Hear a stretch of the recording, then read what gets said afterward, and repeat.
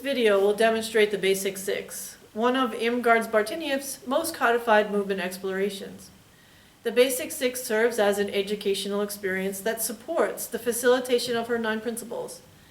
The information shared here is from the Laban-Bartenieff Institute of Movement Studies and presented by Austin Community College Somatic Movement Education Training Program. The spoken text is from Bartenieff's influential book titled Body Movement, Coping with the Environment.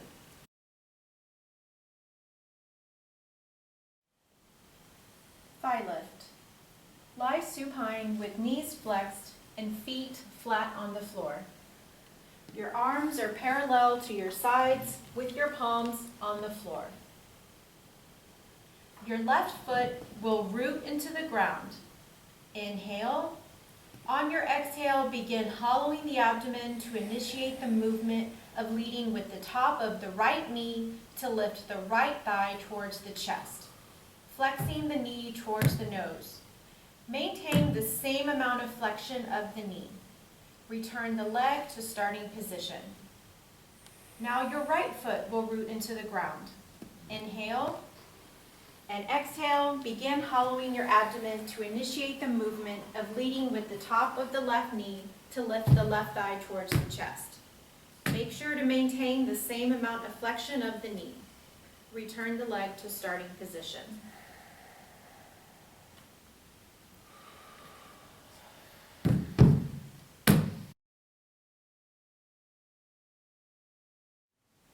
Forward pelvic shift. Lie supine with knees flexed and feet flat on the floor. Your arms are parallel to your sides with the palms on the floor. Inhale. On your exhale, hollow your abdomen to raise the pelvis and shift the center of weight forward towards the feet and up in the air so that you seem to be standing on your feet. Reverse the movement and come back to the starting position. Let's repeat that. Inhale. On your exhale, lift the pelvis and shift the center of weight forward towards your feet and up in the air. Reverse the movement and come back to the starting position. Feel the front of the hip area opening by pressing into your heels and supporting the movement from the coccyx and hamstrings. On your reversal, sink into your groin, lengthening your lower back, supported by the coccyx. Make sure to use the pelvic floor muscle to complete the movement rather than the glutes.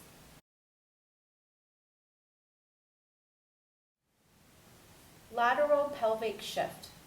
Lie supine with knees flexed and feet flat on the floor. Your arms are parallel to your sides with palms on the floor. Inhale. On your exhale, slightly lift the pelvis, initiating with support from the coccyx, and hold. Then shift the pelvis to the right on an absolutely straight path and gently lower to the floor. Rest and inhale. On your exhale, lift the pelvis again, initiating with support from the coccyx, hold, then shift it back to the midline and lower the sacrum onto the floor. This will bring you back to your starting position. Repeat to the other side. Inhale. On your exhale, slightly lift the pelvis, initiating support from the coccyx, hold, then shift the pelvis to the left on an absolutely straight path and gently lower to the floor. Rest and inhale. On your exhale, lift the pelvis again, initiating with support from the coccyx, hold, then shift it back to the midline and lower the sacrum onto the floor. This brings you back to your starting position. The exhalation will carry you through the whole movement until the rest period when you inhale. Avoid initiating movement from anything above the pelvic rim. Don't hike the hip up. This will cause a slight twist at the waist instead of a pure lateral shift.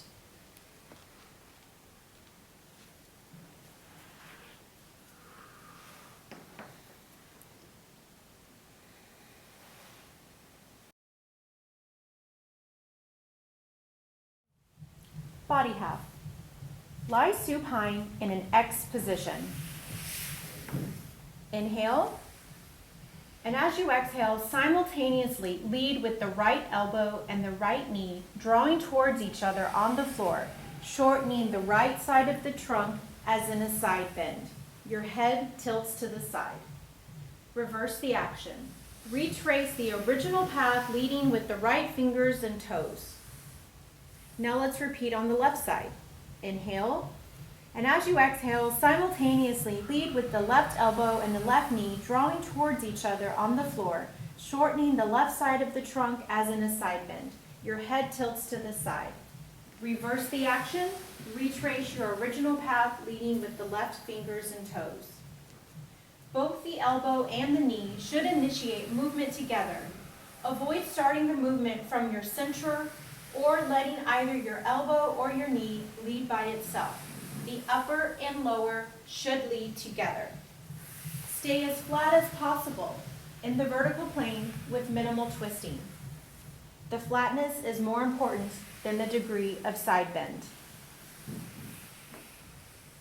And you can add condensing into a ball on one side to really feel the head-tail connection. You are condensing to the right side and lengthening the left side, feeling the lateral movement and then flexion, not diagonal movement. Come into a ball shape on your right side and then return back to start. Then condense on the left side and lengthen on your right side, feeling the lateral movement and then flexion, not diagonal movement. Come into a ball shape on your left side and then return back to start.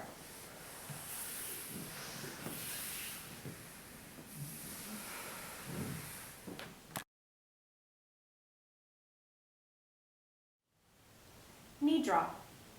Lie supine with the knees flexed. Arms are out in a T, palms down. Feet are making full contact with the floor.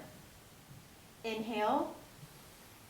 On your exhale, the feet tilt to the right side, changing support to the outer rim of the right foot and heel and the inner rim of the left foot and heel as the knees lower to the right.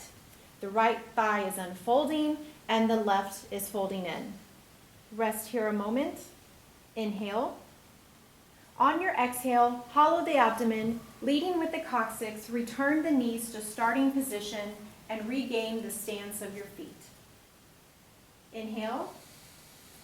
On your exhale, the feet tilt to the left side, changing support to the outer rim of the left foot and heel and the inner rim of the right foot and heel as the knees lower to the left.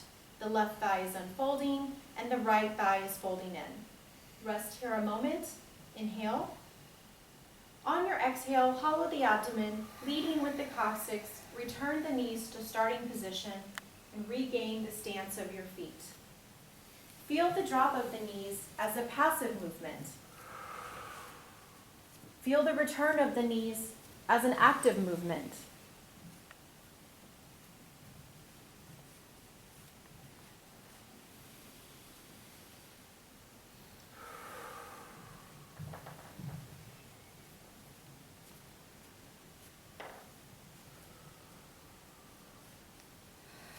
And to further emphasize the diagonal that occurs in the knee drop, on the knee drop to the right, allow its effect to spread into your left shoulder, extending that arm up overhead and to the left as a diagonal counterpull.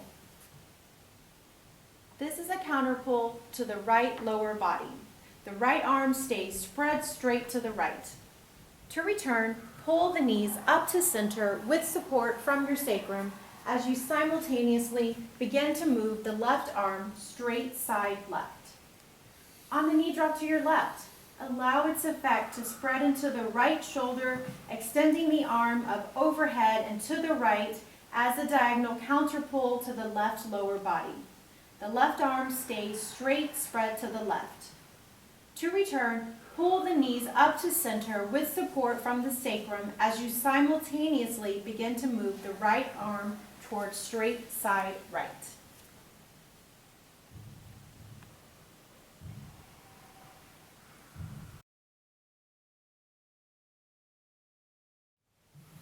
Knee drop with arm circle. Lie supine with your knees flexed. Arms are out in a T, palms down. Feet are making full contact with the floor. Do the knee drop to the right and rest.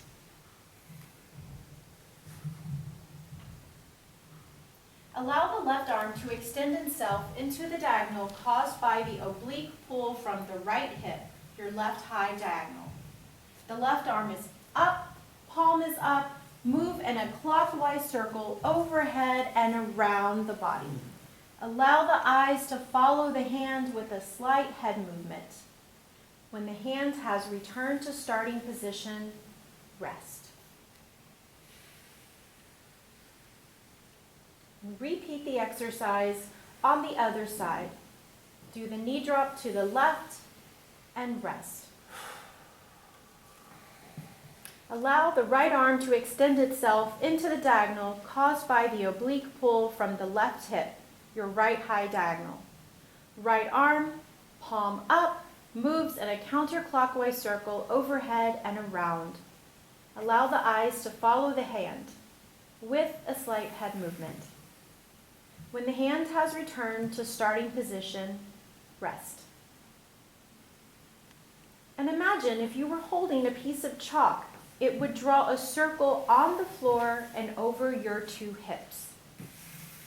As soon as you begin to circle, you are moving with the gradual outward rotation of the arm, gradated rotation.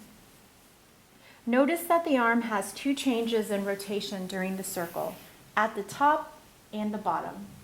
The palm faces the ceiling at the top of the circle and the floor at the bottom, although the rotation occurs gradually. The pelvis is anchored as you allow the upper body to twist against itself. The arm reaches to its opposite side.